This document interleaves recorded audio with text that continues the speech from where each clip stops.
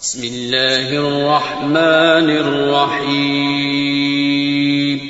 شروع اللہ کا نام لے کر جو بڑا مہربان نہایت رحم والا ہے۔ طاسین، یہ قرآن یعنی کتاب روشن کی آیتیں ہیں، مومنوں کے لیے ہدایت اور بشارت ہے، وہ جو نماز پڑھتے اور زکوٰۃ دیتے ہیں اور وہ آخرت کا بھی یقین رکھتے ہیں۔ جو لوگ آخرت پر ایمان نہیں رکھتے، ہم نے ان کے اعمال ان کے لیے آراستہ کر دیے ہیں تو وہ بھٹکتے پھر رہے ہیں۔ یہی لوگ ہیں جن کے لیے برا عذاب ہے اور وہ آخرت میں بھی بہت نقصان اٹھانے والے ہیں۔ اور تم کو یہ قرآن اس حکیم و علیم کی طرف سے عطا کیا جاتا ہے۔ جب موسیٰ سے کہا کہ میں نے آگ دیکھی ہے، میں وہاں سے رستے کا پتہ لاتا ہوں یا کوئی شعلہ یعنی ایک انگارہ تمہارے پاس لاتا ہوں تاکہ تم آگ تاپو۔ جب موسیٰ اس کے پاس آئے تو ندا آئی کہ وہ جو آگ میں تجلی دکھاتا ہے بابرکت ہے، اور وہ جو آگ کے ارد گرد ہے، اور اللہ جو تمام عالم کا پروردگار ہے پاک ہے۔ اے موسیٰ، میں اللہ ہوں، عزت والا، حکمت والا، اور اپنی لاٹھی ڈال دو۔ سو جب اسے دیکھا تو اس طرح حرکت کر رہی تھی گویا سانپ ہے، تو پیٹ پھیر کر بھاگے اور پیچھے مڑ کر نہ دیکھا۔ فرمایا، اے موسیٰ، ڈرو مت، میرے پاس پیغمبر ڈرا نہیں کرتے۔ ہاں، جس نے ظلم کیا پھر برائی کے بعد اسے نیکی سے بدل دیا تو میں بخشنے والا مہربان ہوں۔ اور اپنا ہاتھ اپنے گریبان میں ڈالو، بے عیب سفید و روشن نکلے گا۔ ان دو معجزوں کے ساتھ جو 9 معجزوں میں داخل ہیں فرعون اور اس کی قوم کے پاس جاؤ کہ وہ بدکردار لوگ ہیں۔ پھر جب ان کے پاس ہماری روشن نشانیاں پہنچیں تو کہنے لگے یہ کھلا جادو ہے، اور بے انصافی اور غرور سے ان کو ماننے سے انکار کیا، جبکہ ان کے دل ان کو مان چکے تھے۔ سو دیکھ لو کہ فساد کرنے والوں کا انجام کیسا ہوا۔ اور ہم نے داؤد اور سلیمان کو علم بخشا، اور انہوں نے کہا کہ اللہ کا شکر ہے جس نے ہمیں اپنے بہت سے مومن بندوں پر فضیلت دی۔ اور سلیمان داؤد کے قائم مقام ہوئے اور کہنے لگے کہ لوگوں، ہمیں اللہ کی طرف سے پرندوں کی بولی سکھائی گئی ہے اور ہر چیز عنایت فرمائی گئی ہے، بے شک یہ اس کا خاص فضل ہے۔ اور سلیمان کے لیے جنوں اور انسانوں اور پرندوں کے لشکر جمع کیے گئے اور پھر ان کی جماعتیں بنائی گئیں، یہاں تک کہ جب چیونٹیوں کے میدان میں پہنچے تو ایک چیونٹی نے کہا کہ چیونٹیوں، اپنے اپنے بلوں میں داخل ہو جاؤ، ایسا نہ ہو کہ سلیمان اور اس کے لشکر تم کو کچل ڈالیں اور ان کو خبر بھی نہ ہو۔ تو وہ اس کی بات سے ہنس پڑے اور کہنے لگے کہ اے پروردگار، مجھے توفیق عنایت کر کہ جو احسان تو نے مجھ پر اور میرے ماں باپ پر کیے ہیں ان کا شکر کروں، اور ایسے نیک کام کروں کہ تو ان سے خوش ہو جائے، اور مجھے اپنی رحمت سے اپنے نیک بندوں میں داخل فرما۔ اور جب انہوں نے پرندوں کا جائزہ لیا تو کہنے لگے کیا سبب ہے مجھے ہدہد نظر نہیں آتا؟ کیا کہیں غائب ہو گیا ہے؟ میں اسے سخت سزا دوں گا یا ذبح کر ڈالوں گا، یا میرے سامنے اپنی بے قصوری کی واضح دلیل پیش کرے۔ ابھی تھوڑی دیر ہوئی تھی کہ ہدہد آ موجود ہوا اور کہنے لگا کہ مجھے ایک ایسی چیز معلوم ہوئی ہے جس کی آپ کو خبر نہیں، اور میں آپ کے پاس ملک سبا سے ایک یقینی خبر لے کر آیا ہوں۔ میں نے ایک عورت دیکھی کہ ان لوگوں پر حکومت کرتی ہے اور ہر چیز اسے میسر ہے، اور اس کا ایک شاندار تخت ہے۔ میں نے دیکھا کہ وہ اور اس کی قوم اللہ کو چھوڑ کر آفتاب کو سجدہ کرتے ہیں، اور شیطان نے ان کے اعمال انہیں آراستہ کر دکھائے ہیں اور ان کو رستے سے روک رکھا ہے، پس وہ رستے پر نہیں آتے، اور نہیں سمجھتے ہیں کہ اللہ کو جو آسمانوں اور زمین میں چھپی چیزوں کو ظاہر کر دیتا اور تمہارے پوشیدہ اور ظاہر اعمال کو جانتا ہے، کیوں سجدہ نہ کریں؟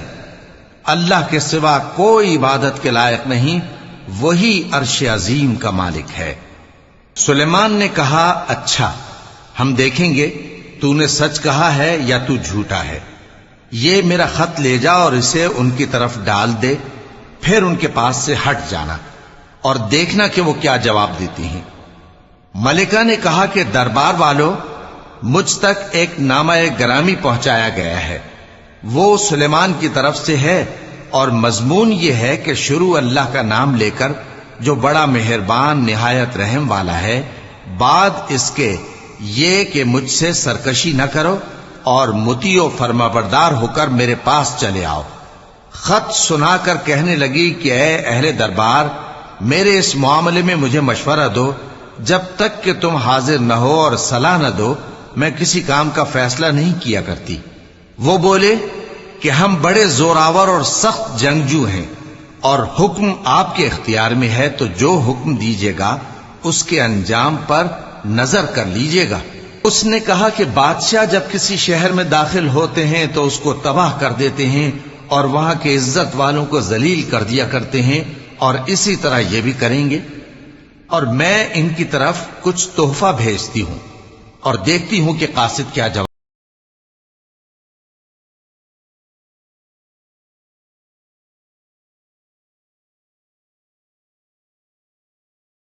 اللہ نے مجھے عطا فرمایا ہے وہ اس سے کہیں بہتر ہے جو تمہیں دیا ہے۔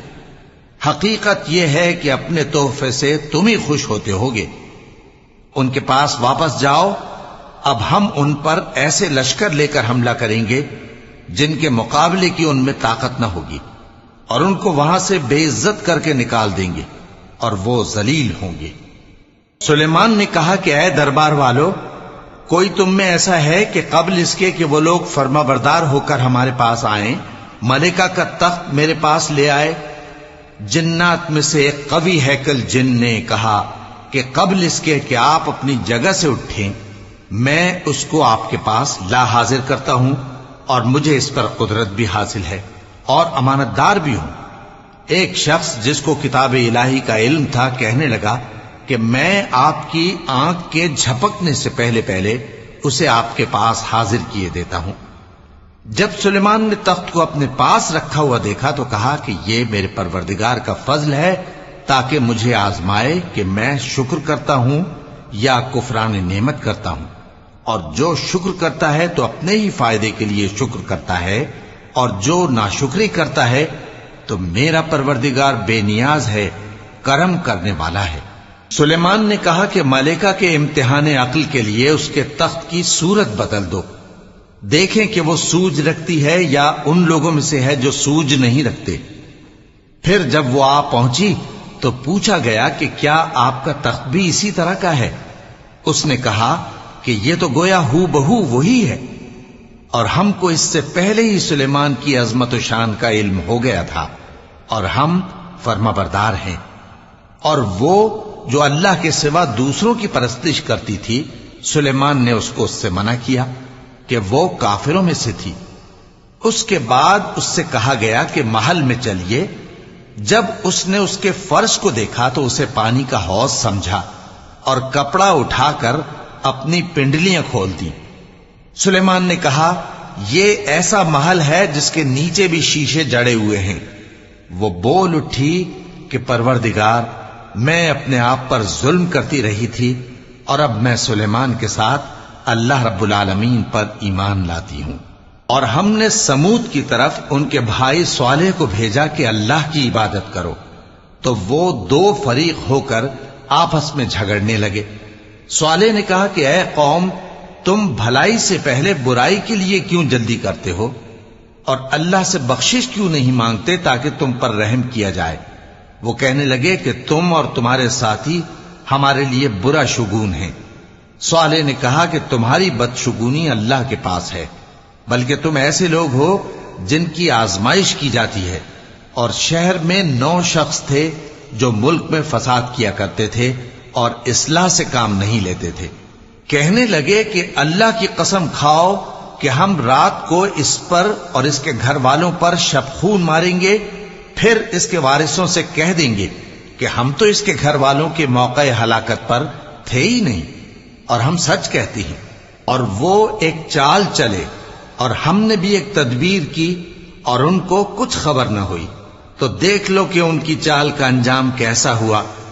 ہم نے ان کو اور ان کی قوم سب کو ہلاک کر ڈالا۔ اب ان کے یہ گھر ان کے ظلم کے سبب تلپٹ پڑے ہیں۔ جو لوگ علم رکھتے ہیں ان کے لیے اس میں نشانی ہے، اور جو لوگ ایمان لائے اور ڈرتے تھے ان کو ہم نے نجات دی۔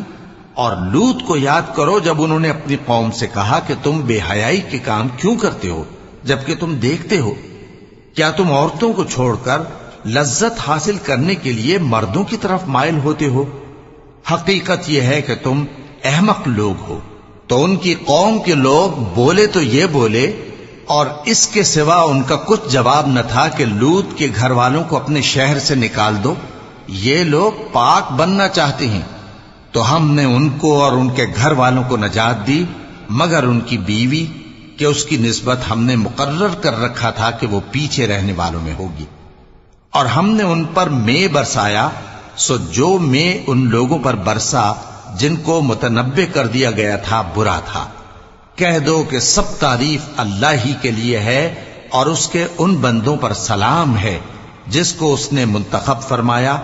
بھلا اللہ بہتر ہے یا وہ جن کو یہ اس کا شریک بناتے ہیں؟ بھلا کس نے آسمانوں اور زمین کو پیدا کیا، اور کس نے تمہارے لیے آسمان سے پانی برسایا؟ پھر ہم نے اس سے سرسبز باغ اگائے۔ تمہارا کام تو نہ تھا کہ تم ان کے درختوں کو اگاتے؟ تو کیا اللہ کے ساتھ کوئی اور بھی معبود ہے؟ ہرگز نہیں، بلکہ یہ لوگ رستے سے الگ ہو رہے ہیں۔ بھلا کس نے زمین کو قرارگاہ بنایا اور اس کے بیچ نہریں بنائیں اور اس کے لیے پہاڑ بنائے، اور کس نے دو دریاؤں کے بیچ اوٹ بنائی؟ یہ سب کچھ اللہ نے بنایا۔ تو کیا اللہ کے ساتھ کوئی اور معبود بھی ہے؟ ہرگز نہیں، بلکہ ان میں اکثر علم نہیں رکھتے۔ بھلا کون بے قرار کی التجا قبول کرتا ہے جب وہ اس سے دعا کرتا ہے؟ اور کون اس کی تکلیف کو دور کرتا ہے؟ اور کون تم کو زمین میں اگلوں کا جانشین بناتا ہے؟ یہ سب کچھ اللہ کرتا ہے۔ تو کیا اللہ کے ساتھ کوئی اور معبود بھی ہے؟ ہرگز نہیں، مگر تم بہت کم غور کرتے ہو۔ بھلا کون تم کو جنگل اور دریا کے اندھیروں میں رستہ بتاتا، اور کون ہواؤں کو اپنی رحمت کے آگے خوشخبری بنا کر بھیجتا ہے؟ یہ سب کچھ اللہ کرتا ہے۔ تو کیا اللہ کے ساتھ کوئی اور معبود بھی ہے؟ ہرگز نہیں۔ یہ لوگ جو شرک کرتے ہیں اللہ کی شان اس سے بلند ہے۔ بھلا کون خلقت کو پہلی بار پیدا کرتا پھر اس کو دوبارہ پیدا کرے گا؟ اور کون تم کو آسمان اور زمین سے رزق دیتا ہے؟ یہ سب کچھ اللہ کرتا ہے۔ تو کیا اللہ کے ساتھ کوئی اور معبود بھی ہے؟ ہرگز نہیں۔ کہہ دو کہ مشرکو، اگر تم سچے ہو تو دلیل پیش کرو۔ کہہ دو کہ جو لوگ آسمانوں اور زمین میں ہیں اللہ کے سوا غیب کی باتیں نہیں جانتے، اور نہ یہ جانتے ہیں کہ کب زندہ کر کے اٹھائے جائیں گے، بلکہ آخرت کے بارے میں ان کا علم ختم ہو چکا ہے، بلکہ یہ اس کی طرف سے شک میں ہیں، بلکہ یہ اس سے اندھے ہو رہے ہیں۔ اور جو لوگ کافر ہیں کہتے ہیں کہ جب ہم اور ہمارے باپ دادا مٹی ہو جائیں گے تو کیا ہم پھر قبروں سے نکالے جائیں گے؟ یہ وعدہ ہم سے اور ہمارے باپ دادا سے پہلے سے ہوتا چلا آیا ہے، کہاں کا اٹھنا اور کیسی قیامت؟ یہ تو صرف پہلے لوگوں کی کہانیاں ہیں۔ کہہ دو کہ ملک میں چلو پھرو، پھر دیکھو کہ گناہگاروں کا انجام کیا ہوا ہے، اور ان کے حال پر غم نہ کرنا، اور نہ ان چالوں سے جو یہ کر رہے ہیں تنگ دل ہونا۔ اور کہتے ہیں کہ اگر تم سچے ہو تو یہ وعدہ کب پورا ہوگا؟ کہہ دو کہ جس عذاب کے لیے تم جلدی کر رہے ہو شاید اس میں سے کچھ تمہارے نزدیک آ پہنچا ہو، اور تمہارا پروردگار تو لوگوں پر فضل کرنے والا ہے، لیکن ان میں سے اکثر شکر نہیں کرتے۔ اور جو باتیں ان کے سینوں میں پوشیدہ ہوتی ہیں اور جو کام وہ ظاہر کرتے ہیں تمہارا پروردگار ان سب کو جانتا ہے، اور آسمانوں اور زمین میں کوئی پوشیدہ چیز نہیں ہے مگر یہ کہ وہ ایک کتاب روشن میں لکھی ہوئی ہے۔ بے شک یہ قرآن بنی اسرائیل کے سامنے اکثر باتیں جن میں وہ اختلاف کرتے ہیں بیان کر دیتا ہے، اور بے شک یہ مومنوں کے لیے ہدایت اور رحمت ہے۔ تمہارا پروردگار قیامت کے روز ان میں اپنے حکم سے فیصلہ کر دے گا، اور وہ غالب ہے، علم والا ہے۔ تو اللہ پر بھروسہ رکھو، تم تو صاف حق پر ہو۔ کچھ شک نہیں کہ تم مردوں کو بات نہیں سنا سکتے، اور نہ بہروں کو جبکہ وہ پیٹ پھیر لیں آواز سنا سکتے ہو، اور نہ اندھوں کو گمراہی سے نکال کر رستہ دکھا سکتے ہو۔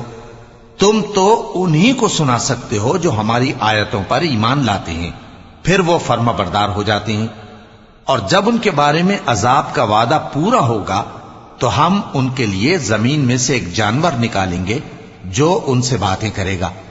یہ ہم اس لیے کریں گے کہ لوگ ہماری آیتوں پر ایمان نہیں لاتے تھے، اور جس روز ہم ہر امت میں سے ایک بڑے گروہ کو جمع کریں گے جو ہماری آیتوں کی تکذیب کرتے تھے، پھر ان کی جماعت بندی کی جائے گی، یہاں تک کہ جب سب آ جائیں گے تو اللہ فرمائے گا کہ کیا تم نے میری آیتوں کو جھٹلا دیا تھا، حالانکہ تم نے اپنے علم سے ان کا احاطہ تو کیا ہی نہ تھا؟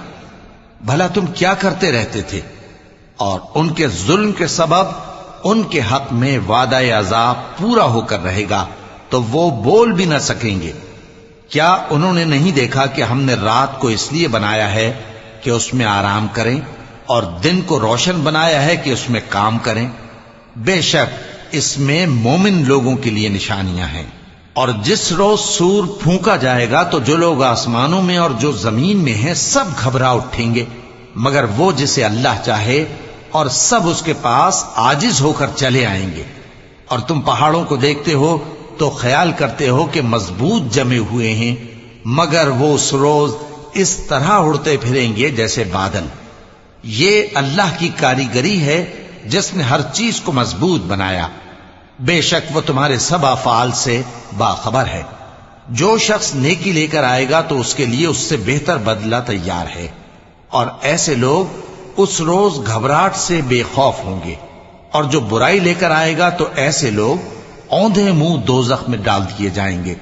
تم کو تو انہی اعمال کا بدلہ ملے گا جو تم کرتے رہے ہو۔ کہہ دو مجھ کو یہی ارشاد ہوا ہے کہ اس شہر مکہ کے مالک کی عبادت کروں جس نے اس کو محترم بنایا ہے، اور ہر چیز اسی کی ہے، اور مجھے یہ بھی حکم ہوا ہے کہ میں فرما بردار رہوں، اور یہ بھی کہ قرآن پڑھا کروں۔ اب جو شخص راہ راست اختیار کرتا ہے تو اپنے ہی فائدے کے لیے اختیار کرتا ہے، اور جو گمراہ رہتا ہے تو کہہ دو کہ میں تو صرف خبردار کرنے والا ہوں۔ اور کہو کہ اللہ کا شکر ہے وہ تم کو عنقریب اپنی نشانیاں دکھائے گا تو تم ان کو پہچان لو گے، اور جو کام تم کرتے ہو تمہارا پروردگار ان سے بے خبر نہیں ہے۔